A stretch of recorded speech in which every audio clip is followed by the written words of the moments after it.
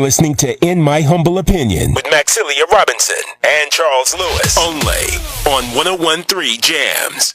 Okay, family, we're back. You're listening to In My Humble Opinion on 101 Jams, and as promised before the break, we have Dr. Umar Johnson on the line. Yes. Dr. Johnson, thank you for joining us. Thank you. Glad to be with you. All right, so I'm sure you are well informed as to what's happening in the city of Charlottesville, the KKK and neo-Nazis and anti-Semitics that have brought evil to our town, as well as what's happening on a national level as far as how our president has responded to that and others. I just want to know what's on your mind, my brother. Well, a couple points immediately jumped out to me when looking at the things that have transpired in Charlottesville. Number one, I thought it was very interesting that most of the counter-protesters were white people. Clearly, Black Lives Matter was represented. There was a lot of black folk, but the white counter-protesters clearly predominated within the audience. And for me, I saw that as a deliberate attempt to once again make sure that the narrative, the social narrative that comes out of this is one that, again, eclipses, marginalizes, and dismisses the centrality of the black agenda as it relates to the removal of the Robert E. Lee statue. In other words, what we find, and we've been seeing this consistently since Dr. King's assassination, whenever there is a black protest to put forward an aspect of the black agenda, it is often blitzed by an overwhelming amount of white participation, which redirects the argument. That counter-protest was about slavery. That counter-protest was about sending a message that Robert E. Lee's statue should not be up there because it is disrespectful to African people given our legacy in this country. Mm-hmm. But because it was inundated with the homosexual white movement, and because it was inundated with the feminist white movement, and because it was inundated with the anti-Semitic Jewish white movement, the fact that this was about black people got obscured. I also thought it was rather interesting that the police, according to the American Civil Liberties Union, the police were told to stand down. And I thought it was rather ironic how the police allowed so much mayhem to go on during this protest, where compared to protests that were carried on by black people as a consequence of police genocide, you saw way more strong army from the police than you saw in Charlottesville. And I think a lot of that had to do with the fact that they were policing their own white people and not black people. So Dr. Umar, Charles, thanks for joining us as always. Appreciate it. So let me ask you to that first point that you made. What benefit do you see in contrast to the downside of it being a community counter protest for our white citizens to say, we don't agree with the statue or preserving the Confederacy either, so we want to be out here with you. And and being that the population, the demographic does give a majority to our white civilians, that could be one reason for that. But I'm just curious do you see a benefit in the whole community being out there in protest? No, I don't. Because what happens is whenever white people get involved in any type of a serious black undertaking directed at putting a microscope on the needs of black people, it automatically changes the narrative. Number one, it weakens the strength of the unapologetically African front. It weakens our ability to speak firmly about racism when you have white people advocating with you. In other words, in my premise, all white people are racist. All white people are racist. And all white people benefit from racism, and all white people practice it consciously, unconsciously, directly, and indirectly. So that is to say that whenever it's time for us to fight for anything that is a benefit to us, we need to do it by ourselves. Whenever we allow other people to get involved in a black struggle, it weakens the narrative and it redirects the conversation. But Dr. And I think one of the reasons why the police were told to stand down is because they wanted this to be violent, white on white, so that it allows for a platform to be re-energized so that the feminist movement, the LGBT movement, and the anti-Semitic movement can now resurge themselves into the talk around social issues in America. Now, I think this is very much a setup. Now, Dr. Umar, what some people would argue is they're in a damn if you do, damn if you don't situation.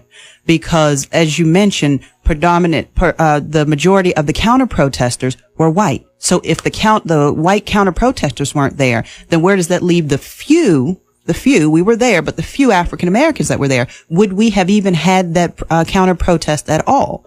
And so some white people may argue that if I speak out for you, you got a problem. If I sit back and say nothing, you got a problem. What do I do?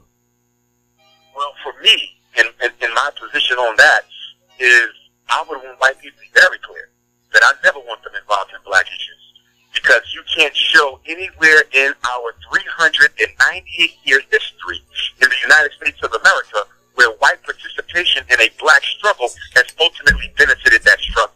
There's no evidence of that, so I wouldn't want them involved at all. And it has nothing to do with a hatred, but it has to do with making sure we stay focused on this as a black agenda. And let us be clear, those white folk were not out there to defend black people. Those white people were not out there to march for black people. They were not even out there to protest the statue. They were out there to challenge alternative right movement as it relates to their own agenda. For example, the alternative right movement is clearly a sexist movement.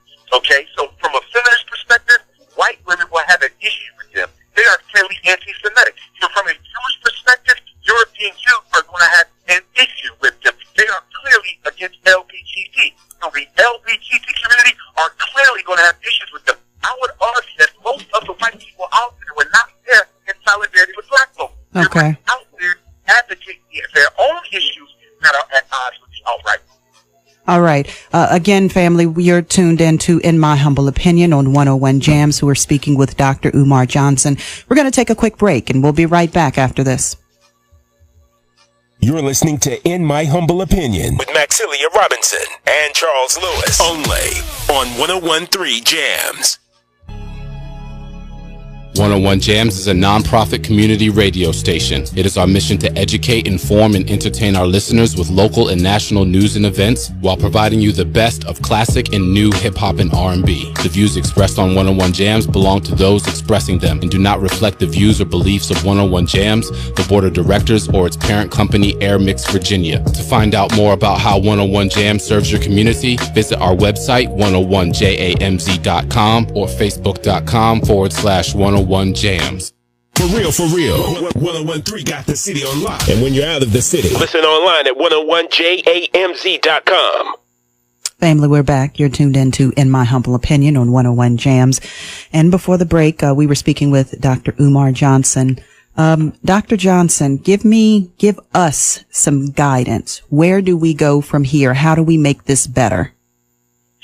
Well, number one, I think there needs to be an intellectual paradigm shift as it relates to the black struggle in America. We'll be celebrating 400 years in just 2 years. From 1619 to 2019, that's 400 years. And I think there's certain ways we have approached our issues that are now dysfunctional and outdated. One of the narratives that has to shift, one of the paradigm shifts we have to take, is away from symbols to substance.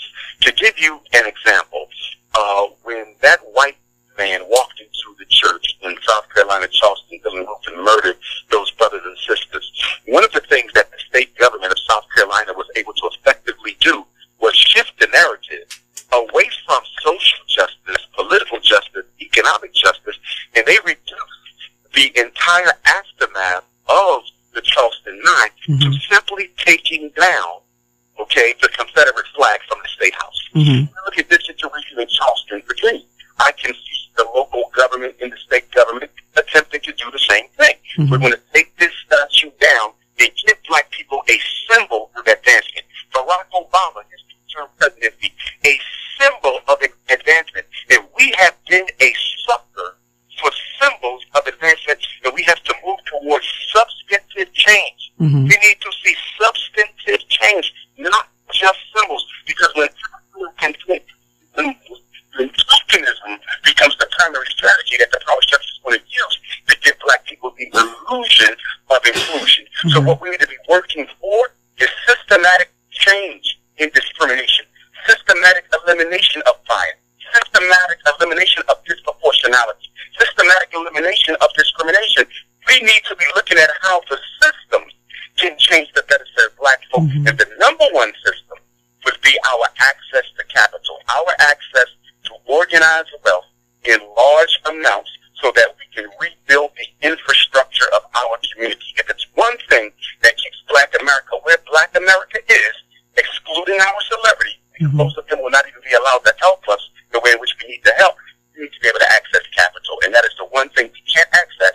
It is the one thing that everyone else can access. And that's why they can come into our communities and do better than we can, although we've been here 400 years. They have only been here 4 years, and they can build infrastructure better than us because they have that access. It's the economic racism, I would argue, is at the basis of all of the discrimination we face. Okay, okay. Aaron? Yeah, Dr. Umar, pleasure to speak with you. I know you're familiar with Dr. Frances Cress Welsing, and before the ancestor passed away, she accurately, and I think I heard you speak about this, predicted that a lot of this quote unquote racist white nationalist rhetoric would continue, and that they would start to respond with direct violence.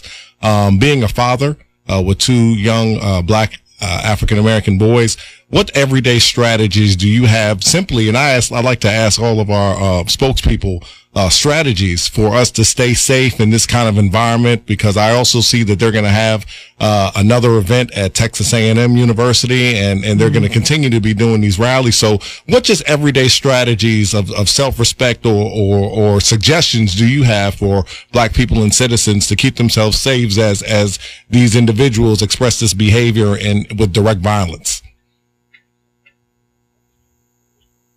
Doctor, you with us? Didn't make out that comment. If someone could paraphrase it for me. Paraphrase it. Yeah. So Aaron was asking, what tips would you give for us, particularly us with black kids facing these kind of adversities, ways to maintain our self-respect, but and also protect ourselves. Well, one thing that has to happen is we have to give our youth, the next generation, we have to give them a very thorough political education. Because one of the things that I see missing from all of the protests that we have been having over the past several years, beginning with Trayvon Martin, coming up to even now with Charlottesville, Virginia, is a lack of political education for everyone, but particularly for the masses. And the reason why that's so critical, when people are not politically educated, they don't even know what they're fighting for. They know what they're fighting against.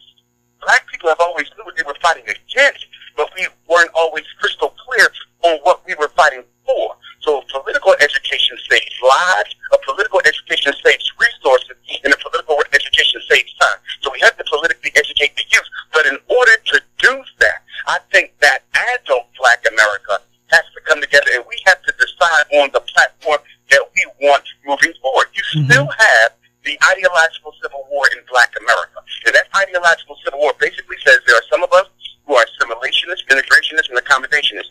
We believe the future for black America is in getting white people to accept us. After 400 years, that is still a very popular ideology. And then you have the nationalist camp, which I represent, which says, listen, we don't have to hate white people, but we need to understand something. Every group in America that does well for itself does well by itself. So there has to be some degree of independent political, independent economic, and independent sociological building and infrastructure development within the black community. So we're going to have to rectify that intellectual ideological civil war that still exists well after W.E.B. Du Bois versus Marcus Garvey, well after Dr. King versus Malcolm X, well after Frederick Douglass versus Martin Delany. We still need to rectify that because our children don't really know which way to go. Should I be an integrationist? Is that the way to go? Or should I push forward towards national? All right. All right. Dr. Johnson, thank you for joining us. We appreciate your time. Anytime. Y'all have a great day. You too. All right, family. You're tuned in to In My Humble Opinion on 101 Jams. We're going to take another break and speak to Don coming up, right? Don Gath. There we go. All right. We'll be right back. You're listening to In My Humble Opinion.